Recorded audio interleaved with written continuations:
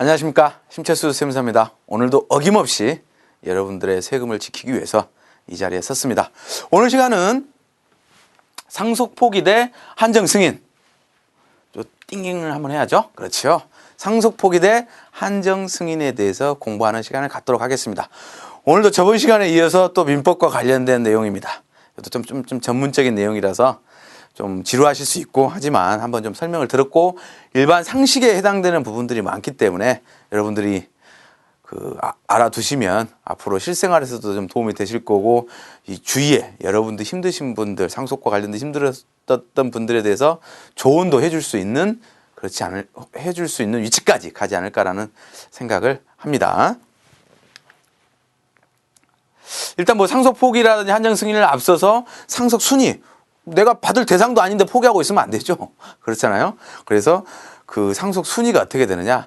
저번 시간에도 공부를 했지만 상속을 받을 수 있는 위치의 가장 1순위는 유언이라고 그랬습니다. 돌아가신 아버님의 유언이 있으면 유언대로 재산을 받는 거죠. 그 재산대로 순위가 매겨지고 그 재산대로 지분을 갖는 겁니다.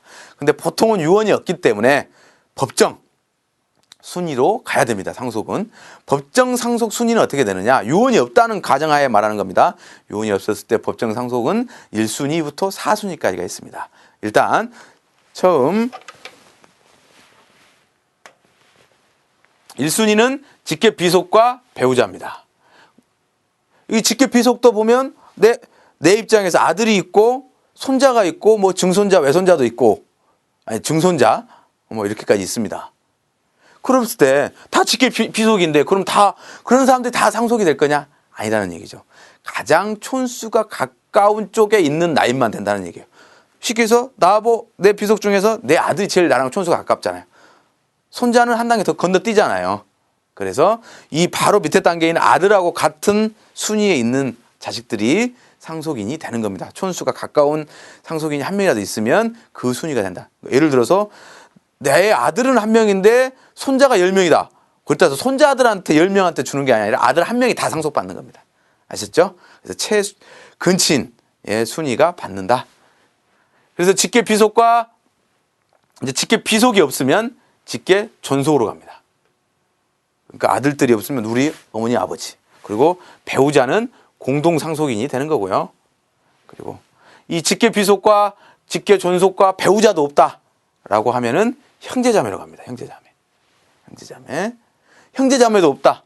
직계비속, 직계존속, 배우자도 없고 형제자매도 없다. 그러면 사촌 이내의 반계혈족으로 갑니다. 뭐 사촌까지 갈 일도 없고 3순위까지 갈 일도 없죠. 보통 1순위에서 끝나는 경우가 있습니다. 제가 아까 말씀드렸다시피 배우자는 직계존속과 직계비속과의 항상 공동상속인입니다.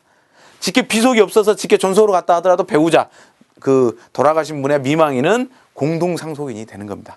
상속 받을 때 유언이 없었으니까 법정 순위를 할 때도 법정 지분 50% 가산한다는 건 또 아시죠? 근데 직계 비속도 없고 직계 존속도 없다. 근데 단지 배우자만 있다. 그럼 형제 자매하고 배우자가 나눠 갔느냐? 그렇지는 않죠. 이때는 배우자 단독 상속이 됩니다. 배우자 단독 상속. 저는 그런 경우까지는 봐봤습니다. 직계 비속도 없고 직계 존속도 없어요. 근데 형제자매는 있었어요. 형제자매는 있어서 했는데 이제 배우자가 있었죠. 근데 그 배우자도 노년에 만나신 거야, 노년에. 그래가지고 돌아가시기 한 1년 전인가 2년 전에 가까스로 혼인신고에 성공했죠. 그래서 재산을 다 받았습니다. 이 혼인신고가 안 돼 있으면, 즉 사실혼 관계를 하더라도 혼인신고가 안 돼 있으면 상속 재산을 받을 수는 없습니다. 우리 사실혼 관계에 있을 때, 사실혼 관계에 있다가 서로 살아있을 때 헤어졌다, 생전에. 서로 이렇게 부부관계를 사실혼 관계를 청산했다라고 한다면 재산 분할은 받을 수 있어요. 사실혼 관계였을 때. 근데 특이하게 사실혼 관계임에도 불구하고 상속 재산은 못 받아요. 즉, 혼인신고가 돼 있어야만 배우자라 이거죠. 상속을 받을 때는. 그러한 측면이 조금 좀 차이가 있더라고요. 증여를 받을 때하고 상속을 받았을 때. 사실혼이었을 때는 우리가 쉽게 해서 둘이 살아서 생전에는 둘이 살다가 그때 이제 생전에 헤어지면 재산 분할을 요구할 수 있다는 얘기죠. 근데 돌아가셨다. 죽고 나서 재산을 상속받을 수 있는 권리는 없다는 얘기예요. 사실혼은. 재산 분할 권리는 있는데 상속받을 재산 권리는 없어요. 사실혼 관계는. 꼭 혼인신고를 해야 됩니다. 잉크에 묻혀야 된다는 얘기죠. 이렇게 해서 상속 순위가 결정되면 이걸 또 눌러야 넘어가겠죠. 또 한번 튀겨줄까요? 이번엔 안 튀겨지네요. 자, 그 다음엔 상속 이제 그 순위가 결정이 되면 각각 상속 순위들이 이 상속 재산, 즉 아버지가 남겨놓은 재산을 받을 것이냐 안 받을 거냐 행복한 고민을 해야 되나요? 그렇죠. 아버님 재산이 많으면 당연히 행복하죠. 이제 행복한 고민보다는 서로 싸우고 난리 나겠죠. 서로 많이 받기 위해서. 그렇지만 이런 경우도 있습니다. 반대로 뭐냐면 재산보다는 빚이 많은 거. 아버지가 화병으로 돌아가셨다. 그럼 그 원인이 뭐일 수가 있겠어요? 사업을 망했어요. 하시다가. 그래서 돌아가신 분 주위에 많이 있지 않습니까? 그랬을 때 여러분들이 고객한테 해줄 수 있는 게 상속 포기를 하거나 한정 승인을 하시라는 걸 꼭 코치를 하셔야 됩니다. 이게 아버님 돌아가시고 나서 3개월 동안 아무런 의사표시를 하지 않으면 아버님이 생전에 쥐었던 자산, 채무, 빚을 다 자식들이 따앉게 됩니다. 그걸 따앉지 않기 위해서는 상속 포기나 한정 승인을 하셔야 돼요. 아셨죠? 그러니까 상속 포기도 상속 개시, 즉 아버님이 돌아가신 시점부터 3개월 이내에 하셔야 되는 거고, 한정 승인도 그 부채가 있음을 안 날부터 3개월 이내입니다. 그러니까 보통은 이제 돌아가신 날로부터 뭐 3개월 이내겠죠. 근데 상속 포기하고 한정 승인에 좀 차이가 있어요. 뭐냐면 상속 포기라고 하는 거는 그 아까 제가 말한 상속 순위 1순위부터 4순위 있죠. 그 사람들이 모두 가서 다 포기를 해야 돼요. 무슨 말이냐? 1순위 쉽게 해서 1순위는 포기했어요. 다. 2순위 직계 존속 포기했어요. 형제 자매도 포기했어. 반계 사촌 포기 안 했어. 그럼 그 사람이 다 승계받는 겁니다. 그러니까 여러분들 누구 뭐 사촌 형님 돌아가셨다 가셔서 그냥 조문하실 때 조심하셔야 돼요.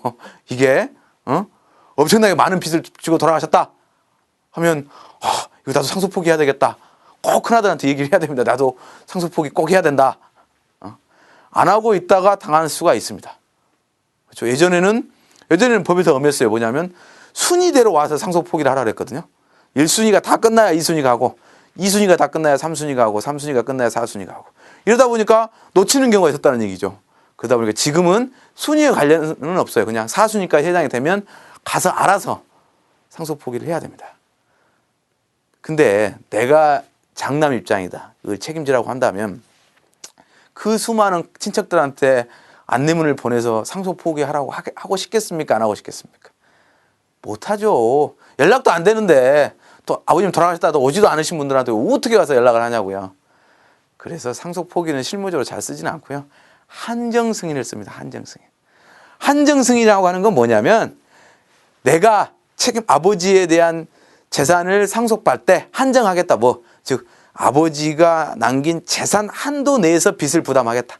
그러니까 아버지가 재산이 15억이었고 빚이 10억이었다 하면 5억만 갚으면 끝이는 거죠. 아버지 재산 처분해서 5억만 갚으면 끝입니다. 그러니까 이런 한정 승인의 장점은 뭐냐면 대표 상속인 한 명만 한정 승인 신청하면 됩니다. 1순위들. 1순위의 상속인들이 가정법원 가서 신청하면 그 뒤순위들은 뭐 신경 쓸 필요 없어요. 왜? 1순위가 상속받은 거라니까요. 한정 승인했으니까. 근데 그 승인의 정도가 뭐냐면 아버지가 받은 재산 한도에서만 하는 거죠. 근데 표면상으로는 지금 아버지 돌아가시는 시점에 5억이었고 재산은 빚은 3억이었어요. 그럼 일단 한정 승인을 해놔. 근데 나중에 뭐 사채업자 또 도끼 들고 옵니다. 그랬더니 빚이 5억이 더 있어. 그러면 법적으로는 2억만 더 갚으면 된다고요. 5억에서 3억 갚고 2억 남은 거 그냥 청산하면 퉁 칩시다 하면 끝입니다. 그게 한정 승인입니다. 그러니까 한정 승인은 최소 믿져야 본전이죠. 뭐냐면 내가 아버지가 남겨놓은 재산을 그래도 다른 빚쟁이들이 안 나타나면 2억은 남잖아요. 다른 빚쟁이 나타나도 그냥 2억 어차피 없는 거고. 그렇지만 그 넘는 빚을 초월해서 부담하지는 않는다는 게 바로 한정 승인입니다. 그래서 여러분들이 돌아가신 분들에 대한 뭐 그 형편이 상속 포기라든지 이런 걸 해야 된다라고 한다면 한정 승인으로 말씀을 해 주시는 게 그 고객한테 좋은 결론을 다다르게 할 수 있습니다. 그리고 뭐 실질적으로 변호사들 이렇게 가보면 변호사님들도 말씀하시는 게 상속 포기보다는 한정 승인을 하시라고 공고를 합니다.